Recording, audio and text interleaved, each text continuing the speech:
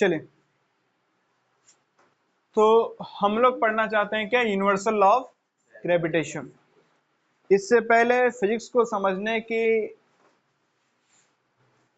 Series में नहीं, हम लोग ऑलरेडी 2 वीडियो बना चुके हैं। नहीं, उसमें हमने पहले वीडियो में क्या पढ़ा था, फिजिक्स होता क्या है। नहीं, फिजिक्स मतलब नेचर। उसके बाद हम लोगों ने समझा कि एक मोटा मोटी क्या क्या हमें पढ़ना होता है फिजिक्स में। नहीं, खास करके 11-12 के प्रोस्पेक्टिव में, 11-12 में नहीं बल्कि वो 6-7-8 में भी लागू, 9-10 में भी लागू होता है। उसके बाद हम लोग फिजिक्स में एक्साइटमेंट क्या है ना, हमें डेली लाइफ फिनोमेना समझ में आ जाता है। उसके बाद हमने समझा था कि 4 फंडामेंटल फोर्सेस होते हैं। नहीं, gravitational force, electromagnetic force, weak nuclear force and strong nuclear force.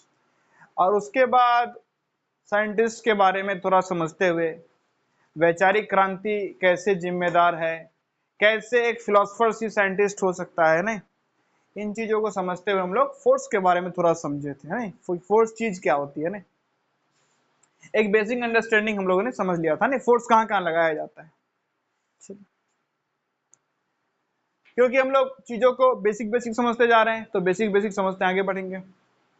और उसके बाद हम लोग समझने का प्रयास क्या करने वाले थे, यूनिवर्सल लॉ ऑफ ग्रेविटेशन। इसमें हम लोगों ने इतना समझ लिया था कि यूनिवर्सल मतलब जो हर जगह लागू हो। ठीक है, लॉ मतलब नियम, और बात उठी थी किस पे, ग्रेविटेशन पे। उसमें भी इतना समझ चुके थे कि हमें लग रहा है कि अर्थ हम पे क्या लगा रहा है, फोर्स, और किस किस रूप में हमें वो लगता है और कब कब लगता है उसके बारे में भी देख चुके थे। ना,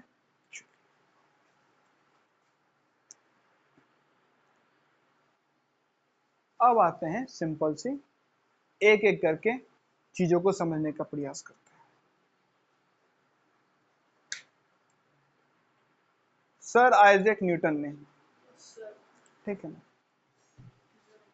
सर आइजैक न्यूटन ने हमें क्या दिया है, यूनिवर्सल लॉ ऑफ ग्रेविटेशन। इस यूनिवर्सल लॉ ऑफ ग्रेविटेशन का हमने जिक्र तब भी किया था जब हम क्या समझ रहे थे, यूनिफिकेशन।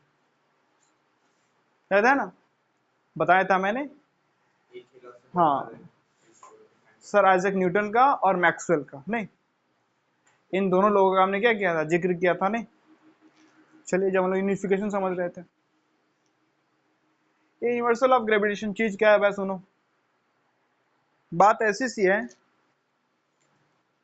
कि सर आइजैक न्यूटन कहते हैं कि अगर दुनिया में कोई 2 मास है, दुनिया में क्या है, कोई, दुनिया मतलब पूरे यूनिवर्स में, ठीक है, पूरे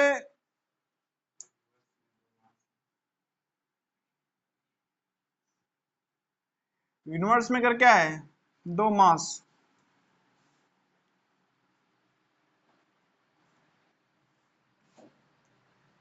पूरे यूनिवर्स में कर क्या है, 2, तो वो एक दूसरे को क्या करेगा, अट्रैक्ट। उसका गलत इस्तेमाल नहीं, ठीक है, साइड में रखो।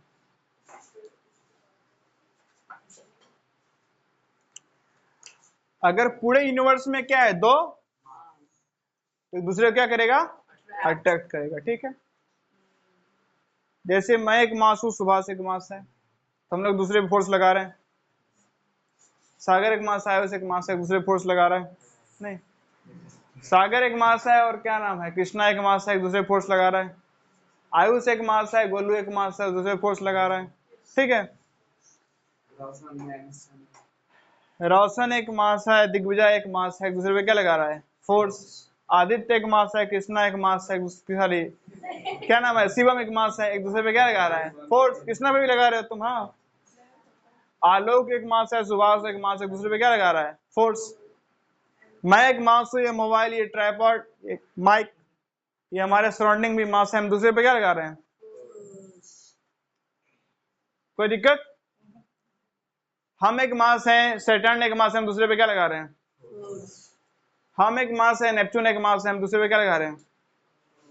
मैं एक मास हूँ, पैसिफिक ओशियन का पानी एक मास है, हम दूसरे पे क्या लगा रहे हैं, फोर्स। अब अच्छी बात कही आपने, क्या, कि इतना दूर पे। हाँ, तो यहां से क्या समझ में आया कि ये जो फोर्स है, इस फोर्स का रेंज क्या है, इन्फिनाइट। मतलब जब दो मास एक दूसरे को क्या करती है, अट्रैक्ट करती है, तो वो किस हद तक कर सकती है, इनफाइनाइट, इनफाइनाइट रेंज है, इनफाइनाइट, क्या रेंज है, इनफाइनाइट।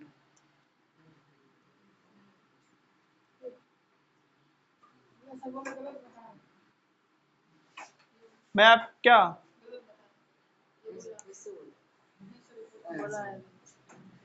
इस फोर्स का रेंज क्या है बच्चे, इनफाइनाइट, ठीक है ना, क्या है, इनफाइनाइट, प्लीज, क्या है रेंज, इनफाइनाइट है, ठीक है। चलिए, ज्यादा ज्यादा दूर जाने की जरूरत नहीं है। अर्थ सन पे, सॉरी सन अर्थ पे फोर्स लगा रहा है, कितना दूरी, 150 मिलियन किलोमीटर, है ना, है ना। नेपच्यून भी फोर्स लगा रहा है, प्लूटो भी फोर्स लगा रहा है ना, कितना कितना दूर है वो, है ना, कई 100,000 मिलियन किलोमीटर दूर है, उन सब पे क्या लगा रहा है ना। इसका रेंज क्या है, इनफाइनाइट। क्लियर। पहली बात, दो मास एक दूसरे को क्या करता है, अट्रैक्ट करता है, और जब दो मास एक दूसरे को अट्रैक्ट करता है तो जिस भी फोर्स के कारण करता है उस फोर्स का रेंज क्या है, क्यों, तो हम अर्थ, नेपच्यून, अर्थ, प्लूटो, सन, नेपच्यून, सन, प्लूटो, इस एग्जांपल से हम क्या कर सकते हैं, बेहतर समझ सकते हैं, ठीक है। चलिए, बढ़िया। तो आपके मन में एक सवाल उठेगा, क्या ये जो भी फोर्स है, नाम दे देते हैं क्या, आप जो भी बोलना अच्छा नहीं लगता है, नहीं, ग्रेविटेशनल फोर्स, ठीक है, कौन सा फोर्स, नहीं तो क्या क्या क्या क्या क्या, तो क्या कुछ नहीं, जब एक मास दो मास एक दूसरे को क्या करता है, और जिस फोर्स से अट्रैक्ट करता है उसी फोर्स को क्या बोलते हैं, ग्रेविटेशनल फोर्स।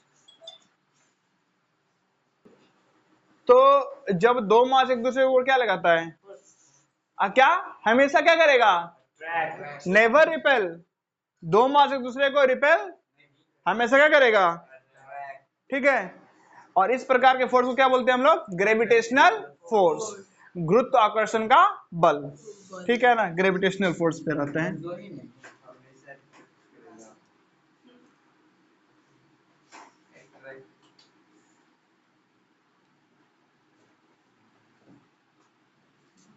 ग्रेविटेशनल फोर्स जिसका रेंज कितना है बच्चे, इनफाइनाइट। अब आपके दिमाग में एक सवाल उठना चाहिए क्या, हाँ दो मास, सिस्टम्स ऑफ मास हो सकते हैं, तो उसके ऊपर उसके ऊपर उसके ऊपर उसके ऊपर, ठीक है ना। चलिए, आपके जहन में एक सवाल उठेगा कि आपने बोला क्या दो मास एक दूसरे क्या करता है, अट्रैक्ट,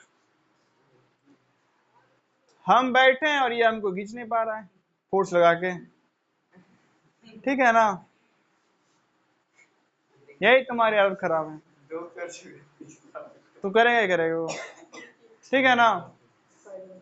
आप लोग को मैं खींच रहा हूं अपने तरफ, क्या आप लोग मुझे अपने तरफ खींच रहे हो, नहीं ना, तब तो थ्योरी क्या है, थ्योरी गलत नहीं है, नहीं, ये बहुत ही दुनिया का सबसे वीकेस्ट फोर्स होता है, हाँ सबसे वीकेस्ट फोर्स, और इतना वीकेस्ट फोर्स होता है कि हमें अपने प्लेस से डिस्प्लेस ही नहीं कर पाता है, समझ रहे हैं। अर्थ को लेके डॉट उठ रहा है, आएंगे उस पर भी, अर्थ को लेकर ना, अर्थ तो लगाता है, समझते हैं।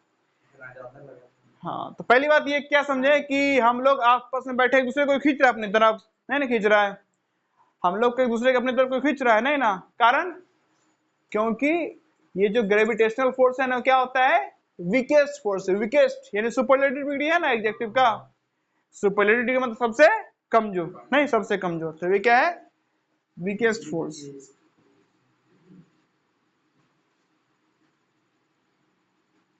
Weakest force. अब वीकेस्ट फोर्स तो है,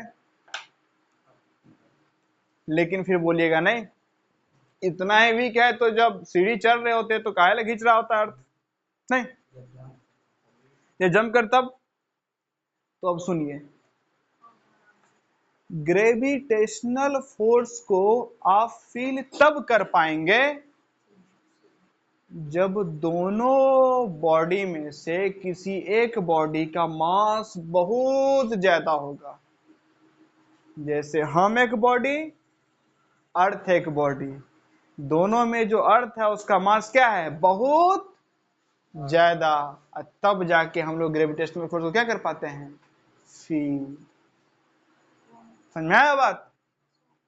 जब दोनों ही स्मॉलर मास होगा तो ग्रेविटेशनल फोर्स को फील नहीं कर पाएंगे। तकिया दें आपको। ग्रेविटेशनल फोर्स को तभी फील कर पाएंगे जब दो मासेस में से एक मास क्या होगा, much much much much much much heavier. हाँ, कंपैरेटिव में नहीं, अपने आप में भी। अगर दो में से एक मास काफी बड़ा है तो वहां पे आप फील कर पाएंगे। जैसे हम फील करते हैं, हम अपने आजू बाजू वाले व्यक्ति का फोर्स फील कर पाते हैं नहीं ना, लेकिन अर्थ का फोर्स हम लोग क्या करते हैं, फील करते हैं ना। रीजन, अर्थ का मास क्या है, बहुत ही ज्यादा। कुछ क्या नहीं, नहीं है आप उतने बड़े, नहीं है आप उतने बड़े। अर्थ का मास है 10 टू द पावर में, 10 टू द पावर कई गुना है। आपका मास उतना ज्यादा नहीं है चींटी के सामने। आपके और अर्थ के कंपैरिजन में आपका चींटी का सेम कंपैरिजन है क्या, नहीं ना है। तो ठीक है ना, बहुत ज्यादा है अर्थ का मास। थोड़ा सा अंदाजा लगाओ ना, समुद्र में इतना पानी, अर्थ का मास का अंदाजा नहीं लग पा रहा है। समुद्र में कितना पानी होता है, गंगा नदी के भी देखते हैं तो लगता है ना कितना पानी है, समुद्र में इतना पानी। और कहा हम, कुछ है हमारा मास, नहीं ना है, नहीं ना है कुछ। 5 बाल्टी 6 बाल्टी उठा लो, हमारे बराबर ही हो जाएगा ना। नहीं, 6-7 बाल्टी पानी हमारे बराबर ही है ना। समुद्र में 7 ही बाल्टी पानी है क्या, नहीं। तो अंदाजा लग गया ना, कंपैरिजन हो पाया। ठीक है, तो ग्रेविटेशनल फोर्स हम फील तभी कर पाएंगे जब दोनों में से एक मास क्या होगा, मच मच हैवियर। ठीक है ना, समझ गए?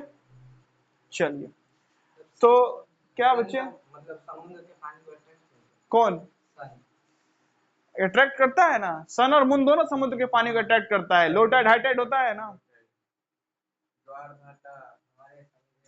हाँ, चलिए, तो हम लोगों ने क्या समझा कि आगे अगर हमें क्या करना हो,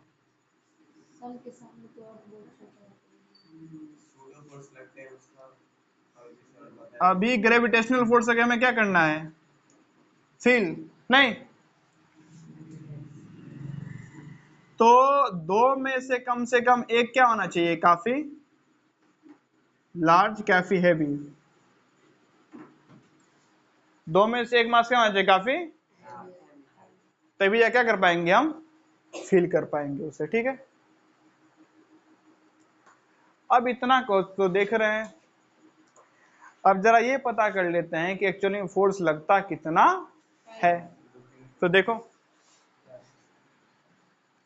यूनिवर्सल ऑफ ग्रेविटेशन कहता क्या है, तो ये कहता है कि मान लो ये मास है, ये कोई ऑब्जेक्ट है ए जिसका मास कितना है m1, ये दूसरा ऑब्जेक्ट क्या है बी जिसका मास कितना है, और इन दोनों के बीच का दूरी कितना है r। ठीक है, तो ये दोनों जो अपने एक दूसरे को अट्रैक्ट करेंगे और वो जो फोर्स लगेगा, वो फोर्स क्या होगा, डायरेक्टली प्रोपोर्शनल होगा किसके, m2, यानी दोनों मास के प्रोडक्ट के। इनवर्सली प्रोपोर्शनल होगा किसके, इसके बीच के डिस्टेंस के स्क्वायर के। तो इन दोनों कंबाइन करेंगे तो क्या आया, F directly proportional to m1 m2 upon r square. ठीक, अब प्रोपोर्शनलिटी का साइन हटाने के लिए कांस्टेंट लगाएंगे, तो यहाँ पे कांस्टेंट लेके लगता है क्या, capital G। m1 m2, very good, इसको बोलते हैं यूनिवर्सल ग्रेविटेशनल कांस्टेंट। G हमारा क्या है, यूनिवर्सल ग्रेविटेशनल कांस्टेंट, जिसका G का वैल्यू कितना होता है 6.67 इंटू 10⁻⁻11। अब जरा आप लोग की परीक्षा है, परीक्षा के लिए वीडियो पॉज करो। रुक जाओ रुक जाओ रुक जाओ रुक जाओ रुक जाओ रुक जाओ रुक जाओ रुक जाओ रुक जाओ, पहले बताता हूं क्या है परीक्षा। ये है m का यूनिट आपको पता है, मास का यूनिट क्या होता है केजी।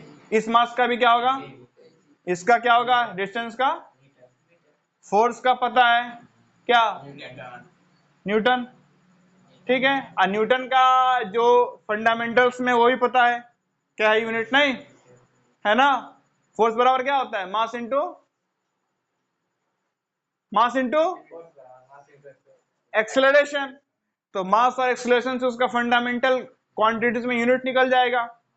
तो जी का एक न्यूटन रख के फोर्स की जगह और एक फोर्स का फंडामेंटल रख के जी का यूनिट निकालो। वीडियो पॉज करो, यूनिट निकालो।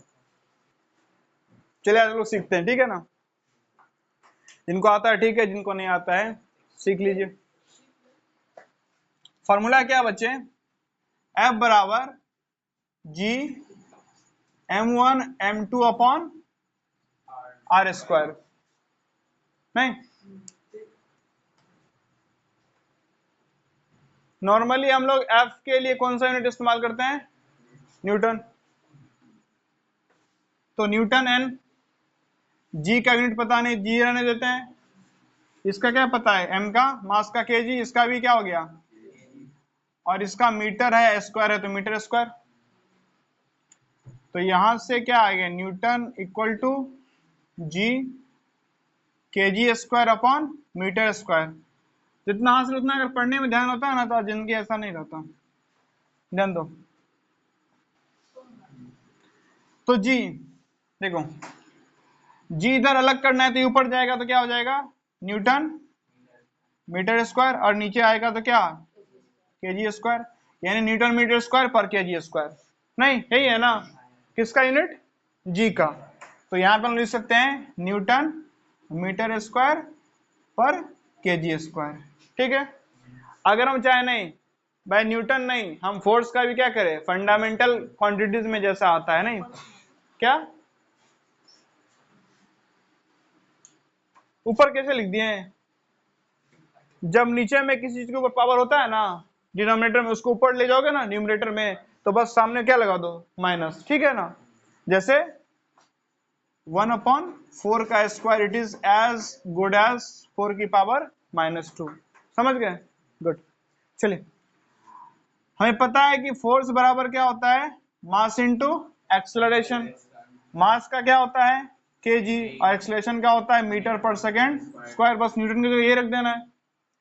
तो चलो यहां पे रखूंगा तो क्या हो जाएगा, केजी, या फिर और में देखो न्यूटन ने क्या लिखना है, केजी मीटर पर सेकेंड स्क्वायर। नहीं, यहां नहीं दिख रहा है।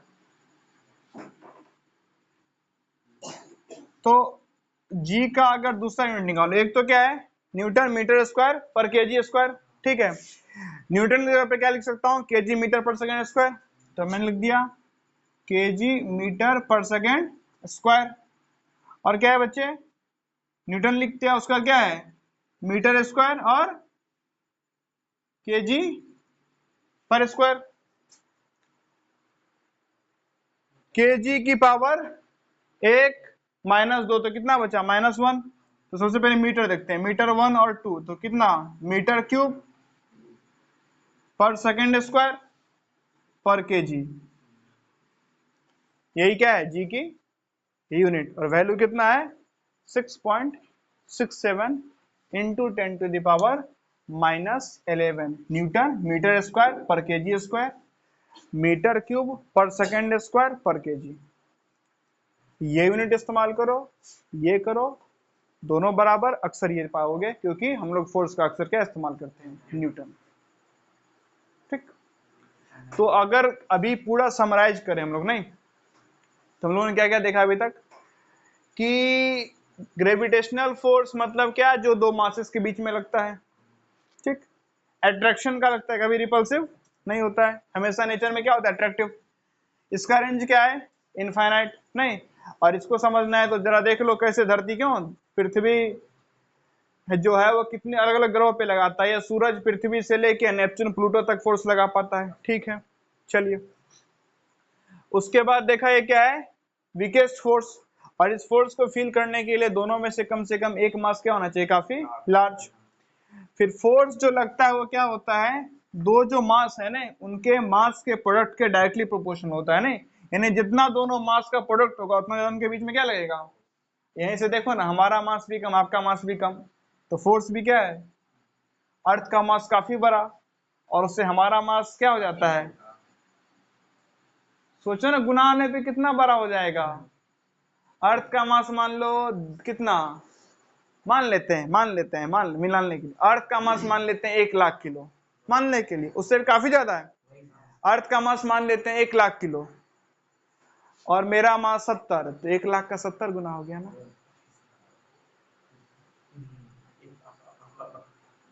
है 70 लाख हो गया ना, देख रहे हो हैं, 70 होगा तब।